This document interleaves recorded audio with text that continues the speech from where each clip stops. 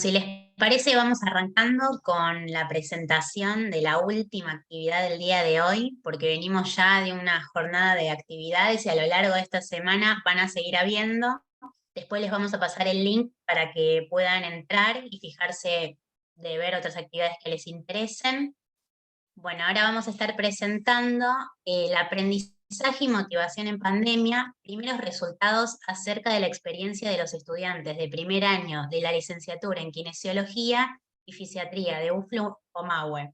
Una propuesta que tiende puentes entre psicología y kinesiología. Contamos con la presencia de Noemí Bardelli, quien es la directora del proyecto. Ella es licenciada y doctoranda en Ciencias de la Educación por la Universidad de Buenos Aires y magíster en Psicología Cognitiva y Aprendizaje.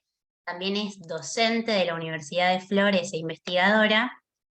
Está quien codirige el proyecto, que es Felipe Bustos Vázquez, odontólogo, egresado de la Universidad Nacional de Río Negro, quien también es docente e investigador de UFLO, y contamos con la presencia de investigadores docentes y estudiantes, Ramiro Moraga, Solange Soto, la licenciada Lorena Esteves y también la licenciada Mariana Sabas.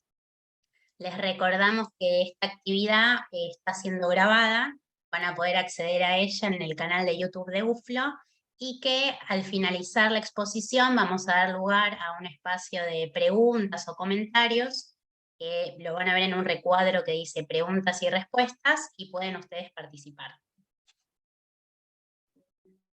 Bueno, muchas gracias Emiliana por la presentación, gracias también a María Victoria y a quienes forman parte de la Secretaría de Investigación de UFLO, que siempre nos invitan a estas actividades para ir contando, ¿no?, lo que vamos haciendo en los proyectos que esta universidad también financia y que nos posibilita también tener experiencias a docentes y estudiantes de estar investigando en este tiempo que vamos hoy a contar, que no es cosa fácil.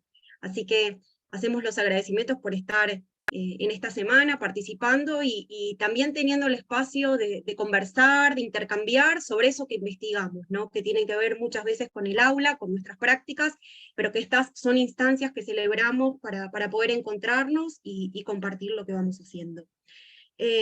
Vamos a presentar justamente hoy parte de los resultados del trabajo que venimos haciendo. Tenemos una presentación que tiene la intención de, bueno, generar motivación, eso que investigamos también en quienes hoy nos estén escuchando, así que esa presentación nos va a acompañar y va a andamiar un poco lo que queremos compartir con ustedes en el día de hoy. Ahí, no sé si están viendo, si me confirman, ahí está, sí, me dice Emiliana que sí. Como bien se presentó al principio, la exposición de hoy tiene el sentido de poder contar unos primeros resultados, ¿no? El año pasado vinimos a estas mismas jornadas a contarles cómo un proyecto que pensamos en el mes de noviembre del 2020, bueno, tenía cambios porque el contexto era distinto, entonces les contamos la cocina de investigación, cómo nos reorganizamos, qué estuvimos pensando, cómo nos adaptamos a los nuevos contextos para seguir investigando, no deteniendo la tarea ni poniéndola en suspenso, sino resignificarla en función de las condiciones en las que nos tocaba investigar. Y hoy damos un paso más que tiene que ver con contarles cuáles son los primeros resultados con los que nos estamos encontrando de todo el trabajo que estuvimos llevando adelante durante el 2020. Por eso es que nuestro título tiene que ver con la pandemia, porque fue un año en donde transitamos e iniciamos un año de virtualidad, y a medida que se iban flexibilizando las medidas sanitarias, también los contextos educativos iban en busca de una progresiva presencialidad, y es en ese marco que la pandemia nos atravesó y hoy ponemos al título de esta presentación Aprendizaje y motivación en pandemia. Recordamos que, como recién dijo Emiliana, esta investigación es interdisciplinaria, somos un equipo de docentes y estudiantes de la carrera de Kinesiología y Fisiatría, pero también de Psicología y Psicopedagogía. Por lo tanto, en este diálogo o conversación, como bien decía recién, interdisciplinaria, es que nos metemos a ver ¿Qué pasa con los estudiantes de primer año que ingresan a la carrera de kinesiología y fisiatría? Y no solo cómo aprenden, sino qué motivos sustentan, en el caso de primer año, la permanencia en la universidad, considerando la complejidad que trae el ingreso a la universidad y a la vida universitaria. Decía recién que nuestro proyecto, el título de la propuesta que tenemos de investigación, se llama Motivación y Estrategias de Aprendizaje Autorregulado, en primer año, en estudiantes de primer año de la carrera de Kinesiología y Fisiatría. Como bien decía, es un proyecto que articula saberes, y eso hoy es un desafío también para la investigación, porque venimos con formaciones, tradiciones y prácticas distintas profesionales que en el campo de la investigación hoy están poniendo en diálogo cómo investigamos en relación a cómo enseñamos y también a cómo aprendemos. Por eso nos parece que la riqueza de este equipo, que es un desafío cotidiano, es que con esa diversidad encontrar aspectos en comunes que hacen que hoy podamos con ustedes estar presentando el trabajo que hicimos. Verán en pantalla que están los nombres de quienes integran este equipo. Hay 4 estudiantes y somos 5 docentes que nos vamos encontrando con reuniones periódicas y también armando equipos de trabajo donde este equipo sirve de formación, ¿no? Aprendemos a investigar, pero también aprendemos a acompañar a otros a iniciarse en este camino, cerrando sus carreras o desde la práctica docente, repensando a través de la investigación cómo es que estamos enseñando. Así que Mariana, Lorena, Leticia y Felipe son los docentes que hoy me están acompañando en este proyecto, como también los 4 estudiantes, un estudiante de psicología, una de psicopedagogía y 2 que están prontos a egresarse de la licenciatura de kinesiología.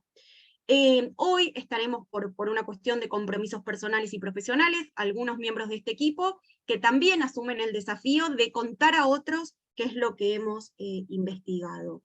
Y en este sentido mencionaba, y así abría la exposición, de los desafíos que implicó investigar en pandemia. Hoy hablamos de la pospandemia, o quizás hasta nos olvidamos, ¿no? Y parece que hace mucho tiempo que usábamos barbijos, que hace mucho tiempo que estábamos en nuestras casas estudiando y enseñando, pero para nosotros este contexto nos atravesó.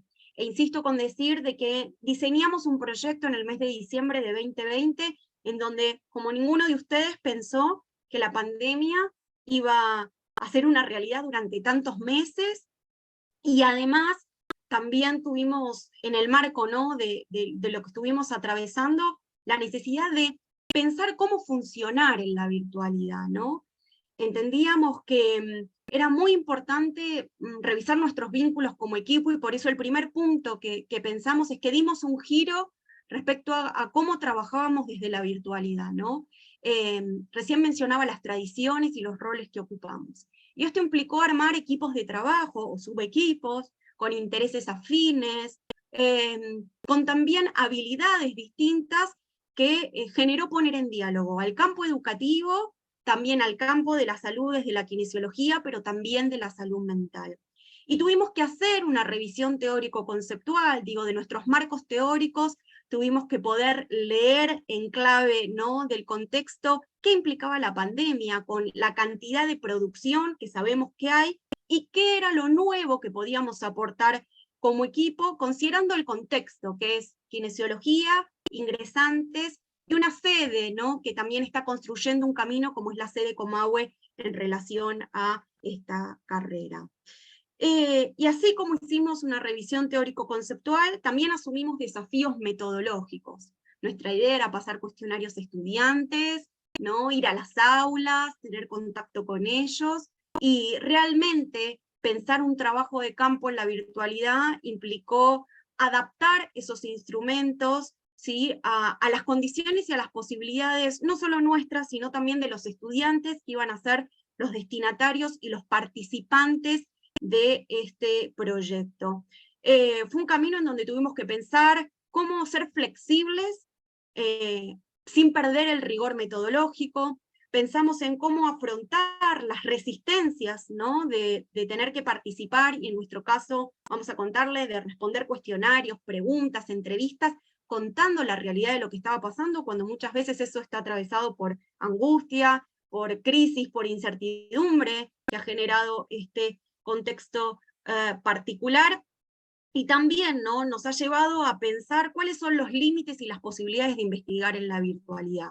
Por eso es que hoy nos preguntamos, en el marco del proceso de investigación, nos encontramos con que hoy tenemos una investigación híbrida, ¿no? Empezamos con una virtualidad y van a ver hoy que les vamos a contar que estuvimos trabajando finalmente de manera presencial con los estudiantes.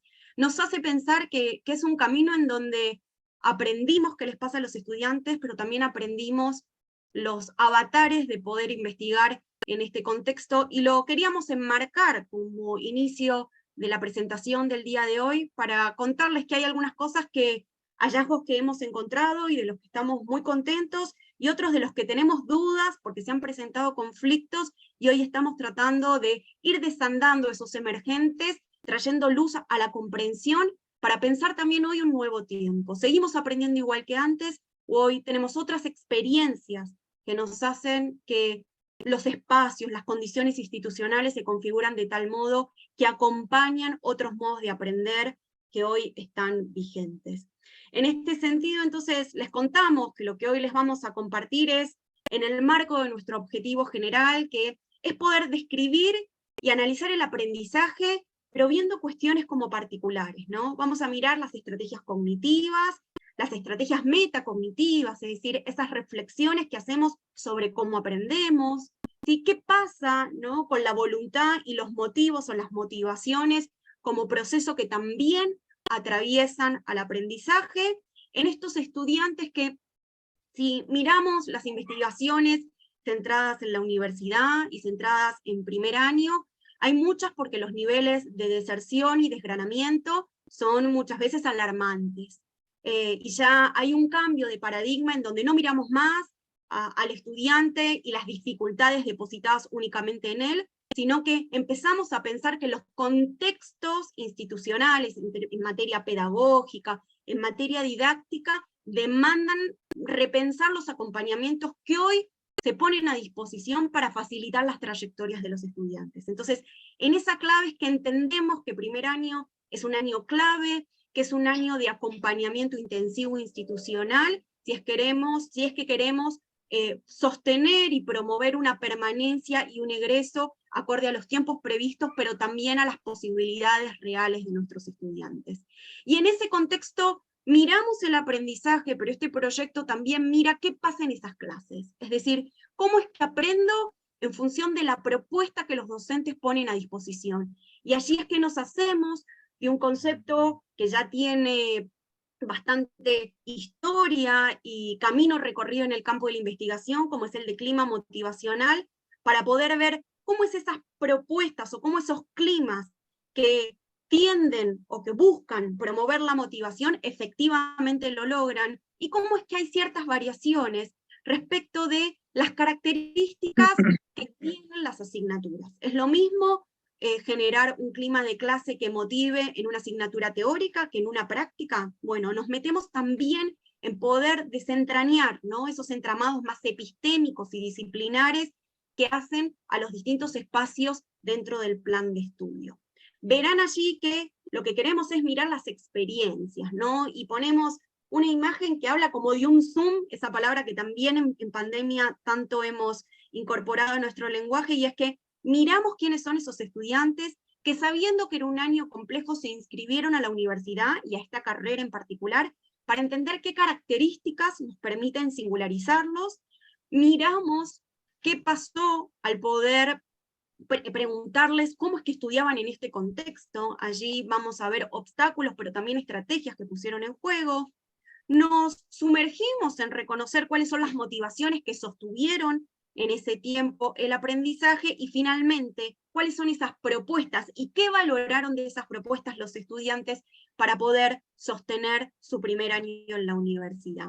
Hicimos un recorte de las asignaturas que pudimos poner como objeto de investigación y han sido muestra de este trabajo, como es la asignatura en primer año de biología, de anatomía y de taller y práctica, que es palpatoria, que es una asignatura práctica y que se diferencia claramente de las dos antes mencionadas.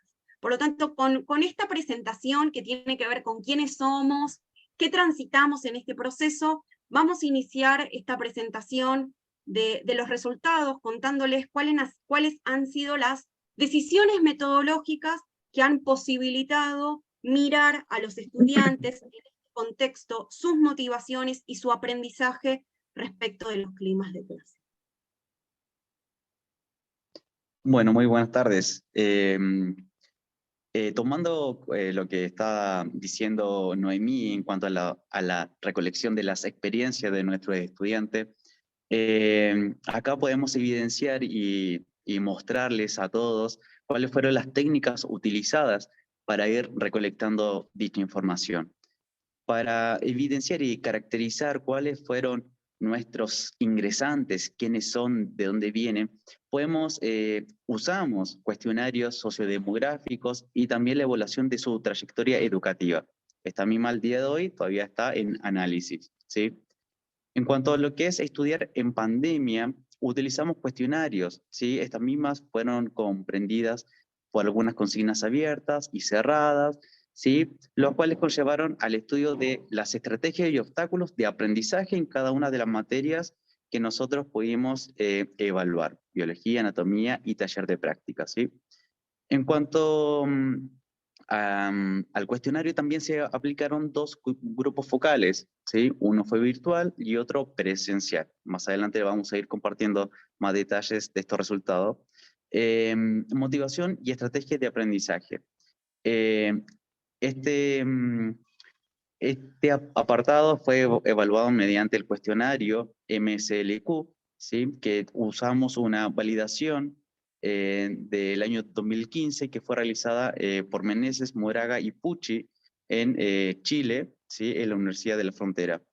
En cuanto al clima de clases, utilizamos el instrumento de Alonso Tapia y Fernández Heredia, validado transculturalmente en el año 2009, nos permite evaluar cómo perciben nuestros alumnos, nuestros ingresantes y también recursantes, ¿sí? Del primer año de la carrera.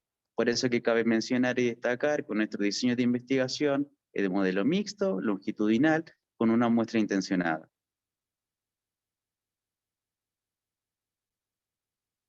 Bien, ahí.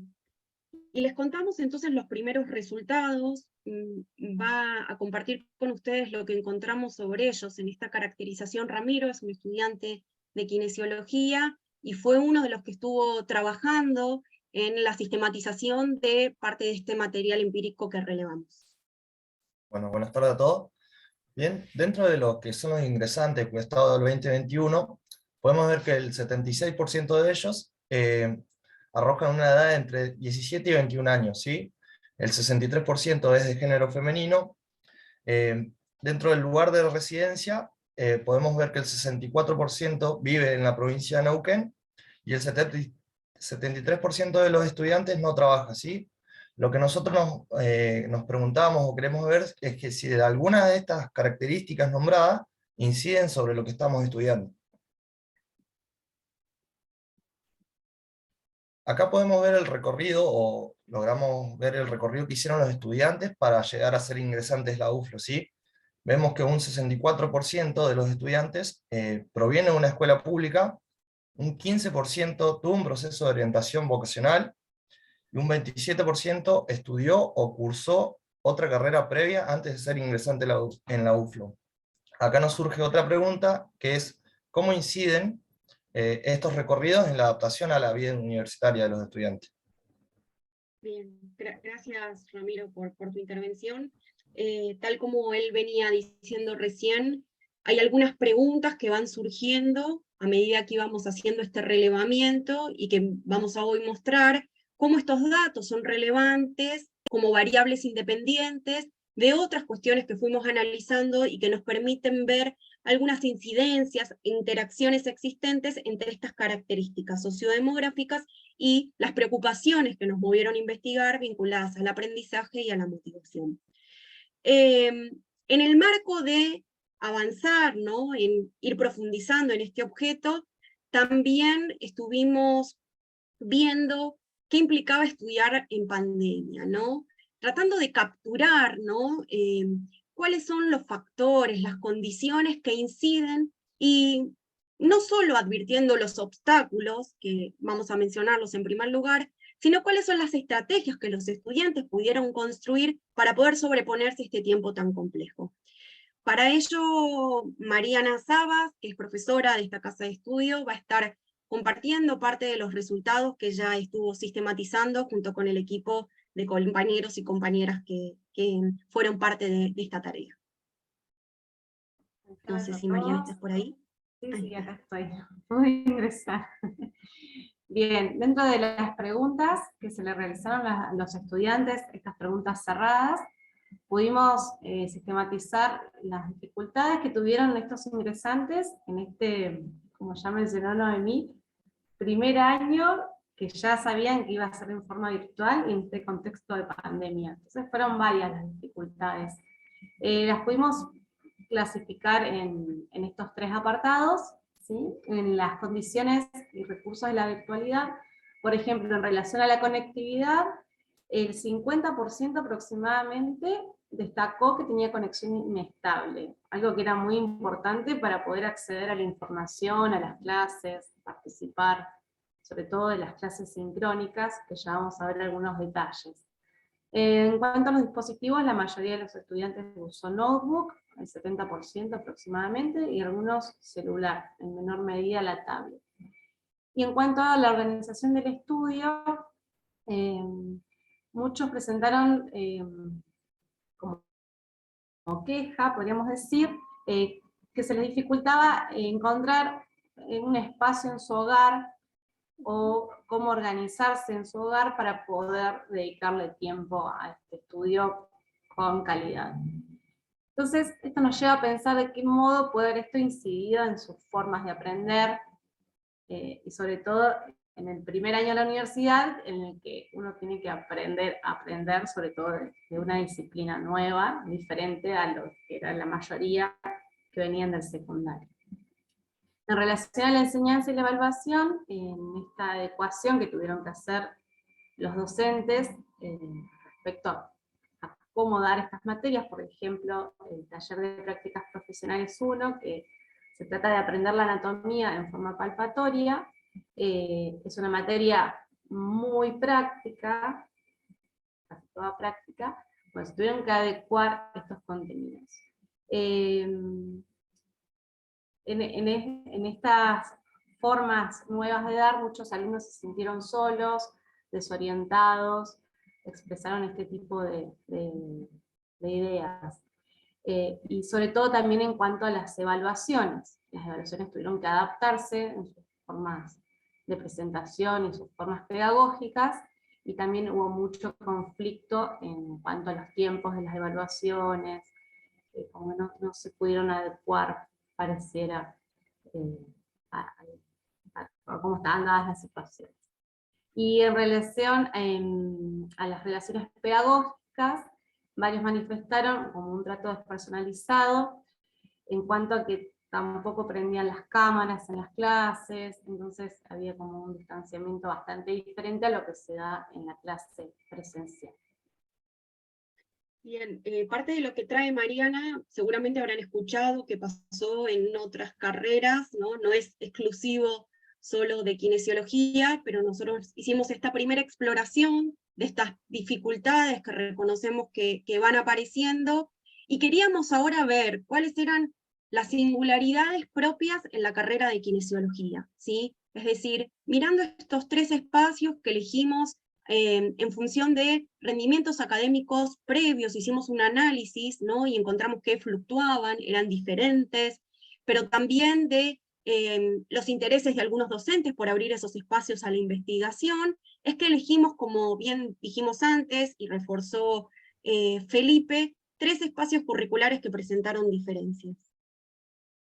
Bien, hay varias similitudes en cuanto a la falta de disponibilidad de la organización del tiempo para el estudio. Eso se manifiesta en los 3, pero se ve ahí el 77,33 en taller 1, que creemos que tiene relación con que era una materia que no era que había que leer, sino que había que practicar, y esa fue la mayor dificultad.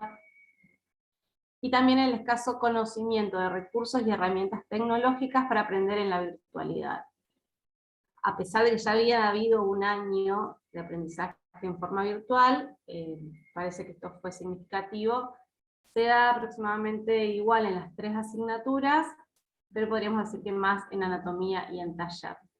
Y si hablamos de singularidades, en anatomía se destaca la complejidad de las evaluaciones, que tenía que ver con la complejidad a nivel de dificultad y del tiempo de evaluación, fue lo que más se manifestó. En taller se destaca que el principal obstáculo era poseer un espacio y recursos inadecuados para estudiar en su casa, y creemos que también tenía que ver con que al ser el objeto de estudio el cuerpo, quizás se les dificultaba, bueno, entender cómo podían usar ese espacio para esta asignatura, y en biología en relación a la cantidad y accesibilidad del material de estudio, ya que era una materia mucho más teórica. Bien, reforzamos aquí la importancia de pensar que hay aspectos comunes y que también nos van llevando a reflexionar sobre los acompañamientos que se ofrecen en el marco de la carrera, pero sí particularidades que tienen que ver con la naturaleza epistémica del espacio, con la propuesta pedagógico-didáctica que se puso en juego, con los modos de aprender que se exigen, ¿no?, en los espacios más teóricos y más prácticos, y que esto necesitábamos atender para pensar que los acompañamientos que se tienen que poner a disposición no son para todos iguales, sino que deben atender a la singularidad justamente de las relaciones con el saber que se van promoviendo en los espacios. Pensando en eso es que también fuimos relevando estrategias, ¿no? Y Mariana ahora va a contar cuáles son las estrategias comunes y luego cuáles son las específicas también de estos 3 espacios que estuvieron atravesando al proyecto de investigación. Bueno, preguntamos esto, como decía Noemí, ¿qué estrategias fueron las que utilizaron ellos para aprender? La que más se destacó fue estudiar solo. Pensamos que tiene que ver con la dificultad de crear relaciones con otros compañeros para formar grupos, que estamos muy acostumbrados a verlos en la presencialidad. Entonces nos lleva a pensar esto de si es posible socializar en las clases virtuales, y si es una elección o realmente está impuesto como único modo. En segundo lugar, fue mirar videos en internet. Entonces nos lleva a pensar si YouTube nos trae toda la información y está todo ahí, o si los estudiantes necesitaban reforzar o clarificar lo que no habían entendido en clase, si habían cuestiones que no habían sido contempladas en la clase. Y en tercer lugar, se dio más en anatomía y en biología, el hacer resúmenes. Que bueno, no nos lleva a pensar si es reproducir lo mismo que leen de los textos, o era realmente para ampliar la comprensión de lo que estaban aprendiendo. Y bueno, ¿y cuál es el sentido en relación a la evaluación?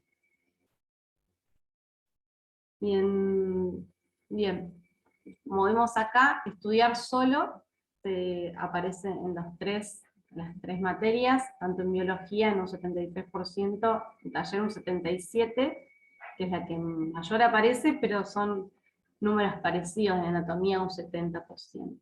Mirar videos de internet apareció más relevante en taller y en anatomía, no así en biología.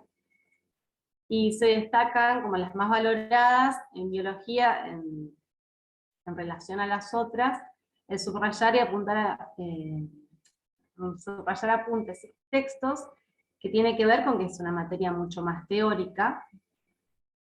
En taller, escuchar las grabaciones de las clases, ya que ellos tenían acceso a las clases grabadas, entonces ellos manifestaban que podían volver a practicar junto con la guía del docente explicando.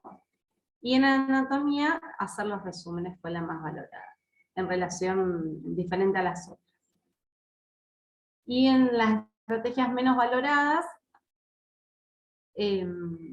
la que por ahí llama la atención es la que menos aparece, es la participación en las clases sincrónicas y tener un grupo de estudio, que son cosas que podríamos pensar que ayudan a un aprendizaje más significativo, más profundo, y no fue dado así, en este contexto de la enseñanza virtual.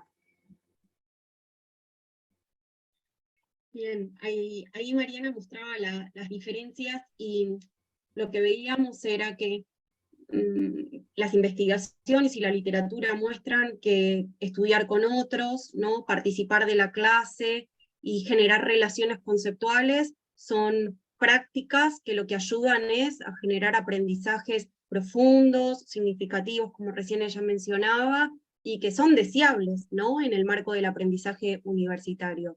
Pero lo que vemos es que resultan ser las estrategias menos valoradas. Por lo tanto, intentamos y buscamos profundizar un poco más en esto de el hacer Zoom, otros motivos que tienen que ver con cuáles son esas estrategias que ponen en práctica en términos de cognición, metacognición y autorregulación del aprendizaje, que ahora vamos a explicar, pero también factores de orden más emocional, que tienen que ver con la motivación y con los modos de afrontar la tarea. Así que en esto se nos planteó esta primera, diríamos, como mirada descriptiva sobre los modos de aprender que trae Mariana, y los obstáculos nos ayudaron como a mostrar la necesidad de que debíamos indagar un poco más respecto de esos modos de aprender, no solo genéricos, sino también particulares en cada una de las asignaturas. Antes de ello, hicimos una pregunta general que nos parecía que era como nuestro termómetro en relación a estos obstáculos y estas estrategias. ¿Querés, Mariana, contar? Bien, les preguntamos si sentían que aprendían en la virtualidad en cada una de estas asignaturas. Hicimos este gráfico de barras, donde podemos ver en azul anatomía, y un 50% podríamos decir aproximadamente dijo que sí, que sentía que aprendían. En biología este resultado fue mayor, el 73% dijo que sí sentían que aprendían, pero lo destacable fue que en taller 1 un gran porcentaje, casi un 70%, dijeron que sentían que no aprendían en virtualidad. Creemos que tiene que ver con esto, de que al ser una materia práctica, sentían que esta distancia que trae la pantalla y la clase virtual no era un aprendizaje real. Pensaban que se estaban equivocando todo el tiempo. A pesar de que después no se vio reflejado así en los resultados. Pero en la sensación, en la percepción que tenían de si aprendían o no, bueno, ahí lo podemos ver bastante bien en este gráfico, que sentían que no aprendían. Tal cual. Y esto añado, Mariana, a lo que venís diciendo, de la relevancia de pensar que el objeto de estudio, ¿no?, de estas asignaturas, o de esta en particular, tiene que ver con el cuerpo, con el movimiento, ¿no?, con el sentir, y claramente eso era muy difícil de poder traspasar las pantallas más allá de la propuesta pedagógica, y ha afectado evidentemente la percepción que los estudiantes han tenido de su posibilidad de aprender. Les decíamos que en esto de hacer un poco más de zoom y de acercarnos, quisimos ver cuáles eran las motivaciones y las estrategias que los estudiantes utilizaban, pero ya no desde una pregunta más situada, sino de un instrumento estandarizado, que tiene calidad de medida, ¿no?, y que es un instrumento que caracteriza a muchas de las investigaciones que se llevan en la universidad. Para ello trabajamos con el cuestionario de estrategias de motivación y aprendizaje, generalmente es conocido por sus iniciales en su nominación en inglés, MSLQ. Es un instrumento que apareció en la década de los 90 con el interés por estudiar la autorregulación en el aprendizaje, es decir, esas decisiones que los estudiantes toman para poder regular, controlar y manejar su propio aprendizaje. Sabemos que en esta etapa, ¿no?, de la educación hay una autonomía entendida como una toma de decisiones respecto de cómo aprendo en función de mis habilidades, de mis intereses, de mis condiciones, Por lo tanto, tomar conciencia sobre esos modos de aprender redunda en justamente una estrategia que sea adecuada no solo a la carrera, sino a cada una de las asignaturas. Este instrumento es un cuestionario que surge frente a la pregunta de Pintrich, un psicólogo estadounidense que es el creador de la versión original de este instrumento, y es cómo es que los estudiantes en la universidad enfrentan los problemas que tienen a diario para aprender. Es decir, cómo es que construyen otras estrategias que hacen que, si en el primer parcial no me fue bien, en el segundo me reorganizo de manera tal que enfoco o tengo un afrontamiento distinto de cómo voy a aprender y en consecuencia cómo voy a estudiar. Por lo tanto, parte de 4 premisas, ¿no?, que tienen que ver con que los estudiantes no tienen un rol pasivo en sus clases, por el contrario, son activos, y cuando son activos despliegan estrategias en clase y en el hogar que redundan a tener una comprensión, que esas estrategias se entrenan, por lo tanto pueden controlarlas, pueden monitorearlas, pueden regularlas, y que esas estrategias son cognitivas, pero también tienen que ver con el ambiente y con el contexto de aprendizaje, que esas estrategias están direccionadas por metas, por motivos, que le dan un sentido al por qué aprender o aprender de una manera, de forma singular, y que permiten comparar, ¿no?, formas de aprender en un mismo espacio curricular, y que se ponen en juego esas estrategias en distintas actividades, ¿no?, con características singulares. Como decíamos recién, no es la misma manera de aprender anatomía, que de biología, que de taller. Por lo tanto, ¿cómo es que los estudiantes logran construir esas estrategias para afrontar los desafíos que tienen allí y alcanzar, diríamos, un buen resultado en términos no solo de lograr la promoción y la acreditación de la asignatura, sino de sentir que tiene sentido justamente el transitar ese espacio curricular con el docente? Por lo tanto, hoy les vamos a contar que ese instrumento lo administramos a los estudiantes de primer año de kinesiología. Es un instrumento genérico, no capta las singularidades de los espacios curriculares, pero nos permitía ampliar, ¿no?, los datos que recién Mariana estaba compartiendo, y es un instrumento que tiene antecedentes de investigación, no solo en Estados Unidos, sino en Latinoamérica. Hay estudios en Uruguay, en Chile, que muestran la validez, no solo psicométrica, sino la relevancia que tiene este instrumento para relevar datos y generar estrategias que permitan acompañar a los estudiantes. En nuestro caso, tomamos una versión que es bastante nueva, validada, y que tiene en cuenta algunos factores de nuestro contexto latinoamericano, como es una versión chilena, y Felipe va a contarles un poco más cómo está organizado este instrumento y cómo pudimos llegar a los resultados que también vamos a exponer. Bueno, tomando lo que venía diciendo Noemí, ¿no? Decir, bueno, vamos a mostrar qué mide el MSLQ y cómo lo hace, ¿no? Es por eso que acá en este cuadro, como pueden ver, tenemos 2 grandes bloques, el bloque de motivación y el bloque de autorregulación. El bloque de motivación tiene que ver con el compromiso, si los alumnos se sienten competentes y cómo manejan su ansiedad ante las evaluaciones, ¿sí? Este bloque que responde a estas características tiene 3 escalas: motivación intrínseca, autoeficacia y ansiedad ante la evaluación. Como pueden ver, motivación intrínseca tiene 9 ítems, autoeficacia 9 ítems también, y ansiedad ante evaluaciones 4 ítems, ¿sí?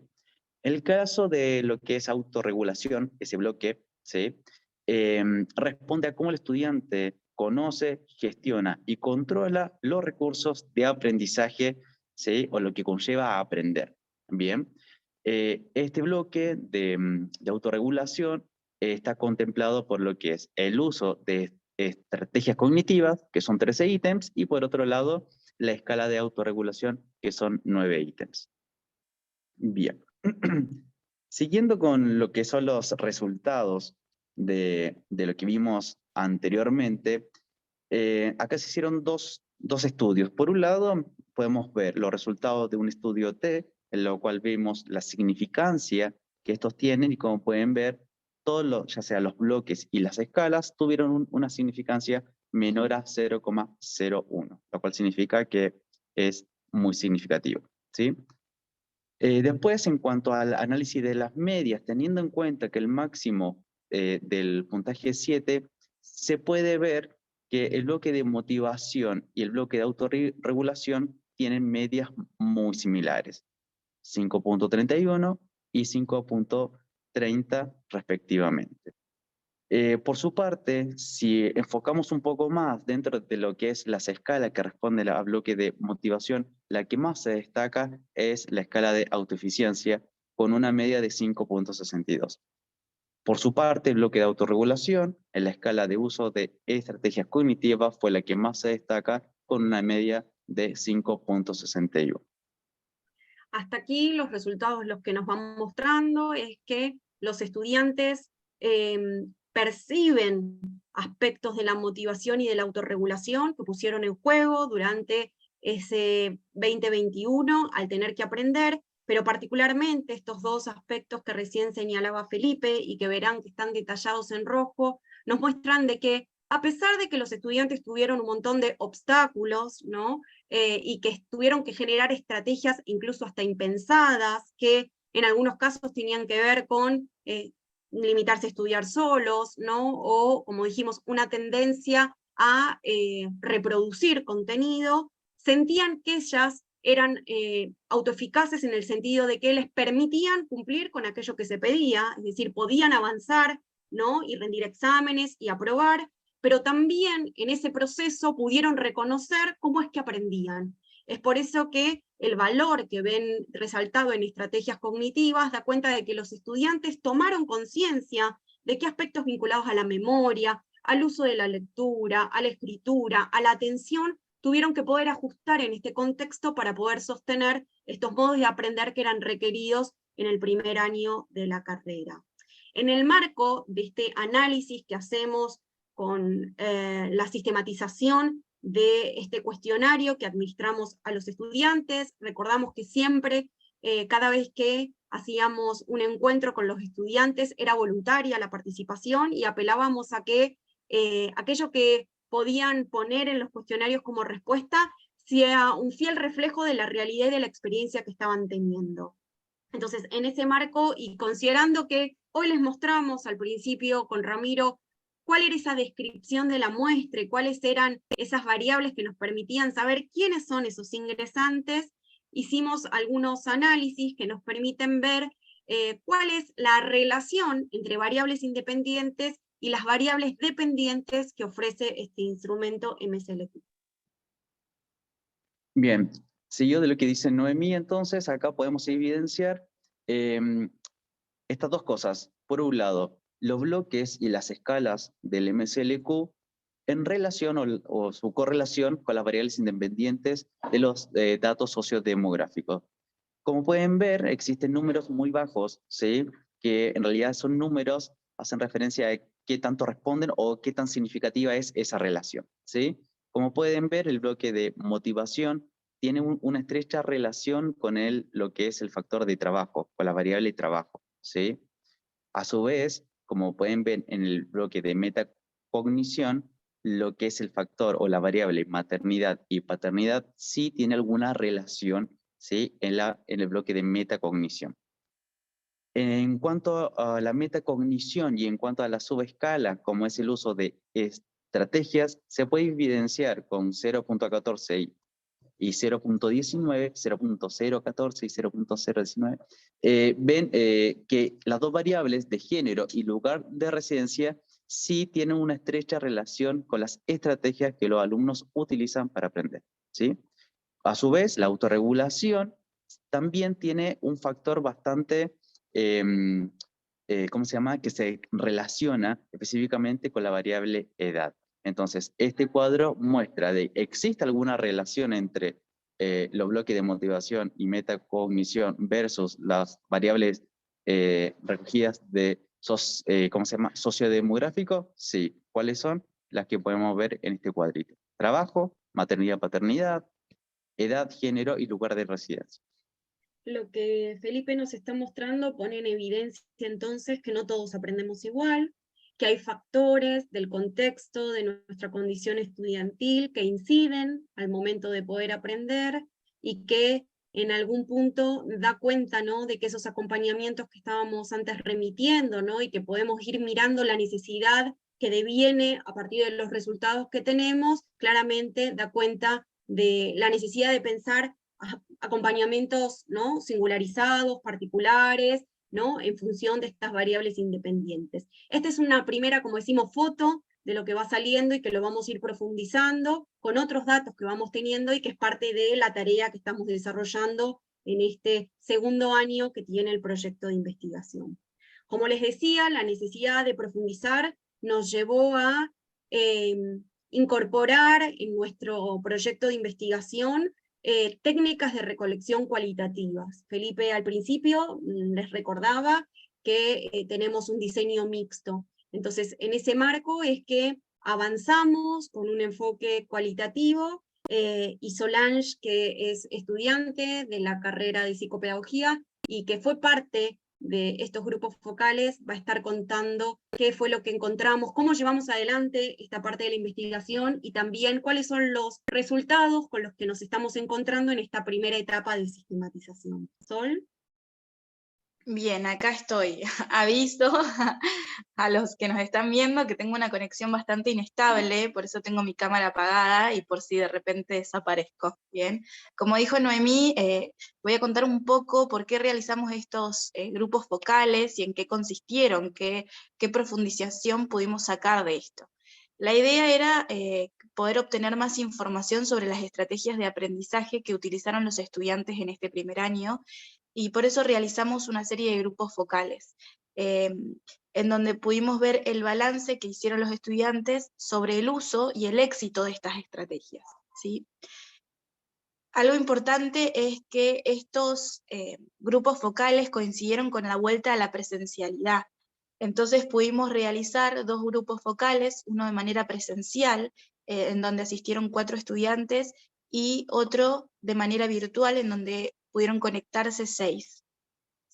Es también importante poder resaltar que hubo una diferenciación en el tiempo en el que realizamos este grupo focal a cuando llevamos a cabo los primeros instrumentos de recolección de datos, que fueron a finales del primer cuatrimestre, y este fue a finales del segundo cuatrimestre, por lo cual también obtuvimos resultados distintos a los que obtuvimos al principio.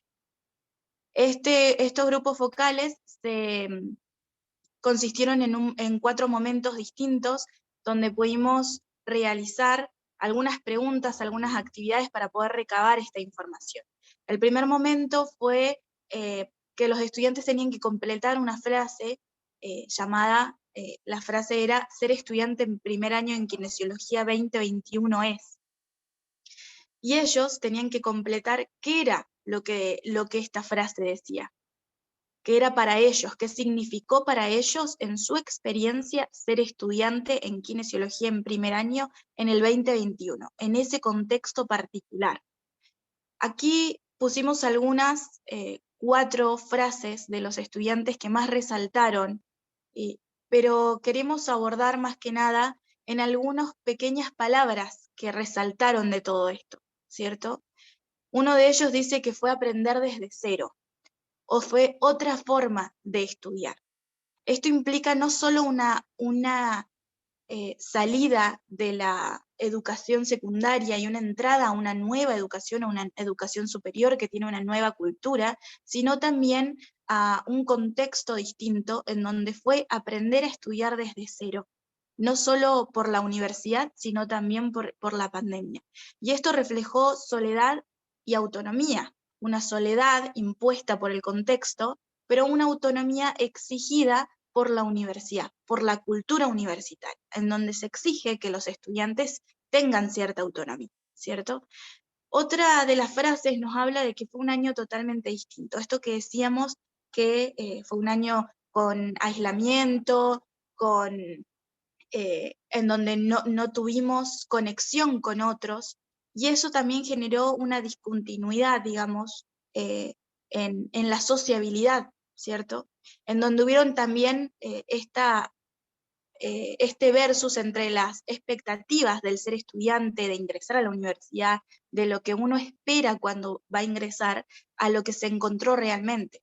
Muchos de estos estudiantes expresaron que ellos ya tenían como su vida planeada de universitarios, donde iban a viajar a tal lado, y que por la misma situación tuvieron que volverse a sus casas y ver otras alternativas, ver dónde más podía estar la carrera que ellos querían, o ver una alternativa distinta a esa carrera que ellos querían estudiar. Otro desafío fue la complejidad, este entramado de situaciones que hubo en donde la cotidianidad, la vida personal, se metió y se entrelazó y se entretejió íntimamente con la vida universitaria. Ya el conectarse a una reunión, el conectarse a una clase, era entrar al hogar de ese estudiante y que ese estudiante quedara expuesto también. Y eso también implicó y condicionó las estrategias y la forma en la que cada estudiante fue llevando a cabo su año, atravesó este año, ¿cierto? Universitario. Fue difícil y nuevo, dice otra estudiante, en cuanto a que el contexto de aprendizajes y las condiciones de aprendizaje fueron distintas, ¿cierto? Es importante pensar que se abrieron otras maneras de aprender, otras maneras de organizarse. La virtualidad cambió la forma en la que se enseñaba. La enseñanza tradicional cambió muchísimo y muchas de las cosas de la enseñanza tradicional se vieron reflejadas o repetidas a través de la virtualidad, pero otras tuvieron que cambiarse y modificarse para que realmente se llevara a cabo un aprendizaje. Destaco Una de estas de lo cosas... que, Sí. perdón, Sol, que destaco de lo que venís diciendo antes de avanzar con las estrategias, recordar que estos grupos focales se hicieron finalizando el año con algunos ya retornos, ¿no?, a la presencialidad, y que aquí también nos tuvimos un desafío complejo en la investigación, que fue que los espacios de grupos focales funcionaron también como un espacio de escucha, ¿no?, y de acompañamiento de los estudiantes que en algunos casos eran la primera vez que llegaban a la universidad y tenían este espacio para contar cuál era su experiencia, para encontrarse con otros, con quienes también, ¿no?, compartían las mismas sensaciones, sentimientos, incertidumbres, ¿no? Y que lo destacamos aquí porque desde la investigación se generó como un espacio de contención a esa escucha, ¿no?, que permitía reflexionar sobre ese modo de aprender en vistas a también proyectarnos a lo que vendría, ¿no? Entonces quería como aclarar, ¿no?, de contar que una cosa tiene que ver con los cuestionarios que fuimos aplicando y con el contexto y el tiempo, ¿no?, donde los aplicamos, y otro tiene que ver con un enfoque de investigación que además se habilitó como un espacio de acompañamiento y escucha la reflexión sobre el aprendizaje. Eso, Sol. Sí, totalmente, ¿no? Fue así, hubo un espacio de escucha generado que se generó en estos grupos focales, en donde hubo bastante desahogo de parte de los estudiantes hacia las situaciones que habían estado viviendo. En cuanto a las estrategias de aprendizaje, notamos que en estos resultados hubo algunos cambios. Primero que nada, estas primeras experiencias a clases presenciales, como dijo Noé, nos encontrábamos ya en noviembre, entonces ya había una vuelta a la presencialidad, había una mezcla de virtualidad y presencialidad, lo que ahora conocemos como las clases híbridas, ¿cierto? En donde se observó que los estudiantes manifestaron que tuvieron mayor cercanía e interacción con los docentes y con sus compañeros desde la presencialidad, que ellos notaron ese cambio y nos comunicaron, nos expresaron ese cambio en estos encuentros que tuvimos. Además de esto, observamos que hubo cambios en las estrategias de aprendizaje que ellos utilizaron. En los primeros resultados del cuestionario MSLQ se hablaba de que se estudiaba solo, esa era la estrategia que más predominaba, y que se hacían resúmenes, ¿cierto? Aquí, en cambio, se nota esta contrariedad, el otro polo, digamos, que es el estudiar con otros. Los estudiantes se dieron cuenta, fueron aprendiendo a aprender, fueron autoconociéndose en este proceso de ser estudiante y de conocer qué estrategias les servían más, y se dieron cuenta de esto de estudiar con otros, es la novedad que surge, que aparece, y que fue los que les sirvió como estrategia, y una que se mantiene, digamos, es la de mirar videos en internet. Esto puede ser por el hecho de que, como decíamos antes, para profundizar, para poner en palabras o en imágenes aquello que se tenía que imaginar en algunas clases, y el asistir a clases de consulta aparece también como novedad, era algo que antes no figuraba, y que se vio bastante reflejado, digamos, bastante expresado por los estudiantes, que ellos les había sido de mucha ayuda estar en compañía con estudiantes avanzados de la carrera. Este aprendizaje de a pares fue el que los fortaleció más, digamos. Después, en cuanto a los aportes, se hizo otro momento del grupo focal, fue que ellos pudieran ver qué cosas, qué de lo vivido les serviría para este segundo año, para este 2022. Entonces se invitó a los estudiantes que ellos reflexionaran sobre cuáles habían sido sus expectativas sobre la universidad, con qué se habían encontrado, cuáles habían sido sus objetivos, si los habían logrado o no los habían logrado, y qué cosas podían rescatar de este año tan particular, de este ingreso tan particular, para su 2022. Y algunas de las cosas que resaltaron es que ellos hablan de hacer las cosas distintas, de que hubo un sentido del aprendizaje y se valoró la experiencia que tuvieron en este primer año universitario. Hablan de empezar y saber cómo es estas expectativas sobre lo que pensaban que iba a ser la universidad, sobre su experiencia previa en el secundario, en lo que se cree que va a ser parecido al secundario o no, y lo que fue realmente. Entonces también está esto de aprender de la incertidumbre, no solo de la incertidumbre de entrar a una cultura distinta, una cultura de aprendizaje distinta, sino también de la incertidumbre que generó el contexto. Entonces, algo que nosotros podemos resumir aquí es el hecho de que los estudiantes, más allá de contenidos, en este primer año se aprende a ser estudiante. Se aprende a ser estudiante universitario, se aprende a aprender, porque hay un autoconocimiento de este aprendizaje, de las estrategias de aprendizaje. Esto de ver qué estrategia te sirve, cuál no, probar estudiando solo, probar estudiando con otros.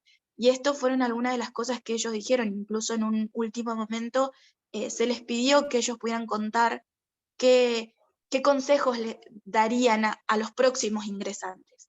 Y ellos repetían estas nuevas estrategias que habían adquirido. El estudiar con otros, el contarle a otros.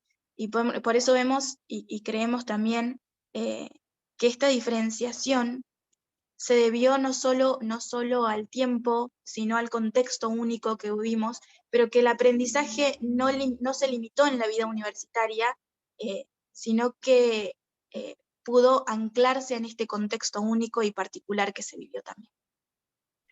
Le agradecemos a Sol, y como veníamos diciendo hoy, este equipo tiene estudiantes, tiene docentes, vamos aprendiendo como todos de todos, y exponer hoy todos juntos, armar una presentación, también es parte del proceso que estamos transitando como equipo, que no es fácil, ¿no? Pero que nos ayuda a ir apropiándonos de no solo instrumentos de investigación, de procedimientos, sino también de modos de sistematización y de escritura académica. Así que celebramos también que en el marco de esta complejidad hay estudiantes que a partir del material empírico están haciendo sus TFI, docentes que pueden repensar su práctica también. Por lo tanto, como decía antes, no solo es un espacio de reflexión para quienes participaron en carácter, ¿no?, de nuestro grupo que ha sido muestra, sino también de quienes hemos participado. Por eso yo hoy fui presentando a cada uno y contándoles, bueno, desde qué posición institucional de UFLO se acercan a este proyecto y también hacen su aporte. Y llegamos ahora, diríamos, al último punto de esta indagación que abrimos en este Zoom, que yo vengo insistiendo en la exposición que hicimos, y es la necesidad de pensar cuáles son las propuestas pedagógicas y didácticas que se pusieron a disposición y qué es lo que los estudiantes valoran en términos de frecuencia, porque reconocen que sus docentes tenían actuaciones orientadas a la motivación y que recuperan de este contexto en vistas a apoyar estas estrategias que han mencionado los compañeros. El concepto de clima motivacional de clase, mencioné al principio de la exposición, es un concepto que viene del campo también de la psicología, de los enfoques de la motivación centrados en el contexto. Jesús Alonso Tapia es uno de los autores iberoamericanos que trabaja este concepto teniendo en cuenta que es mucho más amplio, se hablan de contextos institucionales, organizacionales, escolares, hasta llegar, ¿no?, al lugar de encuentro de los docentes y los estudiantes, que es el aula y la clase. Por lo tanto, la pregunta que viene a responder este cuestionario es, ¿en qué medida los ambientes que crean los docentes tienen efectos motivacionales en los estudiantes? Y para eso es un instrumento que recoge las percepciones de los estudiantes en 16 escalas. Es decir, se considera que hay prácticas que los docentes llevan adelante y que pueden promover la motivación por aprender. Verán allí que hay un esquema que muestra en forma de rueda los 16 componentes que se consideran entonces motivadores en una clase y que se han transformado en un instrumento como es un cuestionario de 32 preguntas, donde los estudiantes pueden responder en qué medida estas prácticas están presentes en sus clases. Nosotros aplicamos este instrumento que está validado transculturalmente, ¿sí?, que es de fácil administración, nuevamente estudiantes voluntarios de estas asignaturas. Esta aplicación fue virtual porque se llevó adelante dentro de los primeros pasos del trabajo de campo que dimos, y Lorena Esteves, también parte del equipo de investigación y docente de la casa, les va a estar contando qué encontramos en cada una de las asignaturas y también cuál fue el clima que hoy podemos reconocer en el marco del primer año de la carrera de licenciatura en kinesiología. Buenas tardes a todos. Bueno, acá donde queremos hacer zoom, esto de ir haciendo foco en justamente cuál es la percepción según los estudiantes de cuáles son las estrategias que más usan o menos usan los profesores en estas tres clases. En particular acá vemos en biología, en rojito y en verde, vamos a poder encontrar, podemos ubicar las puntuaciones más altas, las verdes, que son las estrategias que perciben que más utilizaron los profesores en esta materia, que tienen que ver con que los profesores tienden a generar mayor participación, dando buenas retroalimentaciones regulares, pero al mismo tiempo favoreciendo la autonomía, que puedan trabajar cada vez con mayor autonomía. Y en el otro extremo, en las rojitas, vamos a ver que se muestran más críticos con respecto a que tal vez los profesores les cuesta articular los conocimientos nuevos que presentan con los que ya tienen los estudiantes, o sea, es decir, dónde están parados ellos, y que hay algo del ritmo de las clases, de las actividades, que tampoco les parece el más adecuado. Y por último, también se critican esto que a los profesores les cuesta presentar los temas como novedosos. Pasando después a anatomía, ¿sí?, lo que vemos significativo, ciertas recurrencias, y podemos ver que varias de los puntos, las puntuaciones tanto más altas como más bajas, son coincidentes, salvo en esta materia tal vez lo que destaca es la claridad de los objetivos a la hora de plantear las intervenciones. ¿Sí? Y por último, en taller, que cabe aclarar que a diferencia de las otras dos, esta materia tiene un carácter muchísimo más práctico, ¿sí? Podemos encontrar otra vez que la búsqueda de la participación y la retroalimentación como las variables que se destacan positivamente, y junto a ellas aparece, como novedad, el trato más bien equitativo por parte de los profesores hacia los alumnos. Y respecto a las puntuaciones más bajas, se sigue repitiendo la falta de novedad y la desconexión con los conocimientos previos, pero se suma, como percepción desfavorable, en las instancias de evaluación, que es una de las dificultades que habíamos visto al principio con Mariana. ¿Sí? Y por último, si nosotros tomamos todas estas recurrencias y divergencias, tomando el total de todas las materias, de las tres materias juntas, podemos también agrupar estas variables en distintos aspectos, porque podemos tomar las variables que se relacionan con cómo se construye la relación docente-estudiante, y son las que están escritas en color rojo. Podemos, por otro lado, agrupar aquellas variables que tienen que ver sobre los contenidos, y cómo se presentan los contenidos, que son los azules, y por último, aquellas estrategias e intervenciones del docente que hacen a cómo se organizan las actividades y las tareas, que vendrían a ser las rosas, ¿sí? Y al poder ver digamos, en la escala global, vemos cómo se agrupa todo lo que tiene que ver con la relación pedagógica, como las valoradas más positivamente, ¿sí? En cambio, vemos algo de los contenidos que tendrían mayor dificultad a la hora de cómo son manejadas por parte de los docentes, ¿sí? Estos resultados que trae Lorena vienen a ratificar lo que vamos encontrando en los grupos focales, ¿no? La relevancia que tiene el acompañamiento y la presencia del docente, ¿no? Al momento de pensar el aprendizaje, ¿no? Y más allá de los contenidos que son relevantes, de la forma de presentación, ¿no? Y de la organización de las actividades, hay algo que es esencial al momento de pensar cómo aprender y que tiene que ver con la presencia de esos otros y de esas otras, que son los principales motores al momento de pensar cómo me organizo, qué estrategias utilizo, y cuál es el sentido de que yo sostenga mi permanencia en esta carrera, a pesar de que las condiciones pueden ser bastante hostiles, como verán.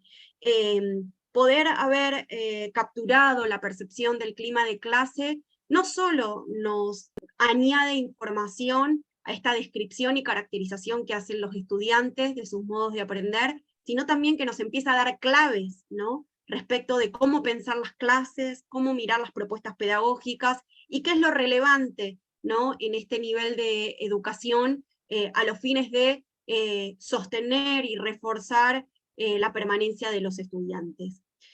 Seguimos trabajando con estos resultados, insisto que son preliminares, y que nos permiten hoy, a los fines de esta presentación, llegar como un punto y contar cuáles son las cosas entonces más importantes que hasta ahora hemos logrado reconocer de los pasos que dimos del proyecto de investigación. Bien, entonces, a modo de conclusiones preliminares de esta etapa, podemos reconocer que uno de los puntos es aprender entre la novedad y la incertidumbre. ¿Novedad e incertidumbre en qué? En el desafío del ser estudiante universitario, del contexto que les tocó vivir, ¿sí? De las relaciones con los pares, lo cual da lugar a nuestro segundo punto, que aparece acá, que dice 2021, aprender más allá de la asignatura. ¿Qué significa esto? En cómo los estudiantes fueron moldeando y además se fueron necesitando otras herramientas que tengan que ser complementarias dentro de su desarrollo de formación, ¿sí? Además, como dice el punto 3, aprender solo o con otros en lugar de la autonomía, es decir, cómo la autonomía fue uno de los factores que afectó a causa de este contexto, ¿no? De la pandemia. También los efectos de la virtualidad y los espacios curriculares, es decir, cómo la tendencia la tendencia a la reproducción de contenido en materias como biología y anatomía. A su vez, la ausencia del sentido en las materias prácticas, como es taller de uno, hizo que se viera modificado, ¿sí? Los contenidos para poder abordar ciertas cuestiones propias de la naturaleza epistémica de ese espacio curricular. Sin embargo, podemos ver también que dentro de las estrategias de autorregulación, el género, la edad, la residencia, también la maternidad y o la paternidad, fueron variables que incidieron en los valores de autorregulación. Por su parte, el trabajo fue uno de los valores o variables que modificó o responde en cierta manera a la modificación de los resultados de la motivación. Quizás hay que seguir profundizando en cuanto a las variables que pueden existir entre cada una de estas relaciones. A su vez, el clima de clases se necesita construir una relación pedagógica, es decir, hay un vínculo que estuvo quizás un poco, que tiene que ver un vínculo emocional entre lo que son los actores dentro de ese espacio que se fueron generando y modificando y adecuando dentro de este contexto. Hasta acá lo que viene diciendo Felipe como las principales conclusiones que hicimos son preliminares, son provisorias, nos permiten como construir la foto en vistas al objetivo que teníamos, que era describir y caracterizar. Hoy estamos avanzando en estos hallazgos respecto de encontrar relaciones entre lo que encontramos en sede Comahue, ¿no?, con otras investigaciones, conociendo y teniendo en cuenta la vasta producción científica que hubo en estos últimos 2 años, pero también poniendo a prueba los instrumentos, ¿no?, y las adaptaciones que hicimos, con la intención de pensar que esta información no solo sirve a los fines de investigación para poder cumplir con lo previsto y poder reconocer a ese estudiante que es ingresante a esta carrera y en este contexto, sino ir pensando cuáles son los andamiajes y las estrategias institucionales que hoy permiten acompañar estos modos de aprender, o que en consecuencia hay que empezar a crear, ¿no?, desde la innovación para poder mejorar la docencia y los acompañamientos a los estudiantes. Terminamos nuestra presentación de hoy con algunas preguntas, ¿no? ¿Cuál es la relación entre estos climas y la motivación percibida por los estudiantes? ¿Cómo estos climas orientan estrategias de aprendizaje singulares en cada uno de los espacios? ¿De qué modo el contexto de pandemia y las condiciones institucionales ayudaron, ¿no?, en la virtualidad y en esta modalidad híbrida a construir nuevas estrategias? Es decir, esto que empezamos a encontrar ahora de diferencia en los tiempos en los que fuimos realizando el trabajo de campo también nos lleva a reconocer más allá de las diferencias que hoy presentamos, si es que existen otras, y finalmente estamos trabajando con un objetivo particular que está propuesto en nuestro proyecto, que da cuenta de relaciones que buscan las investigaciones de este corte, y es la vinculación de los datos que hemos relevado con el rendimiento académico.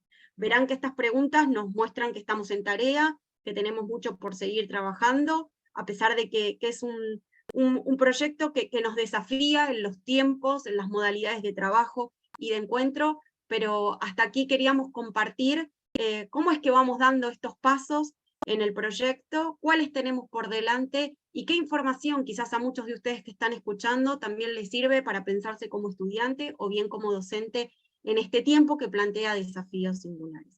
Así que, dicho esto, en nombre de Felipe y mío, agradecemos a los compañeros del equipo que hoy han podido participar, que han dedicado tiempo a armar la presentación y a darle, como decimos siempre, un empujón a lo que venimos haciendo para compartirlos con otros, y también agradecemos a quienes hayan estado escuchando y tengan también preguntas para poder seguir conversando. Antes de terminar, les dejamos nuestro correo, siempre lo compartimos. Si hay algún interesado o interesada que quiere saber más, o que quiere saber qué estamos leyendo, también es un medio que tenemos como equipo para mantener comunicación, así que lo dejamos también a disposición para quienes estén interesados. Ahora sí, Emiliana, no ocupamos más tiempo. Bueno, muchas gracias por la presentación y la participación. Estos espacios están buenos, además de transmitir información, como para contagiar el entusiasmo y el deseo que hay detrás de toda investigación, ¿no? Porque realmente es mucho esfuerzo que lleva, y creo que detrás de ese esfuerzo hay mucho deseo. Así que bueno, me parece que no tenemos ninguna pregunta, pero cualquier cosa se pueden estar comunicando al mail que ustedes pasaron, o al mail de la Secretaría también, y bueno, les agradecemos la presencia y el estar participando. Bueno, agradecemos la invitación, como dijimos, y bueno, esperamos que todos tengan una buena noche, y que sigan las jornadas. Chau, chau.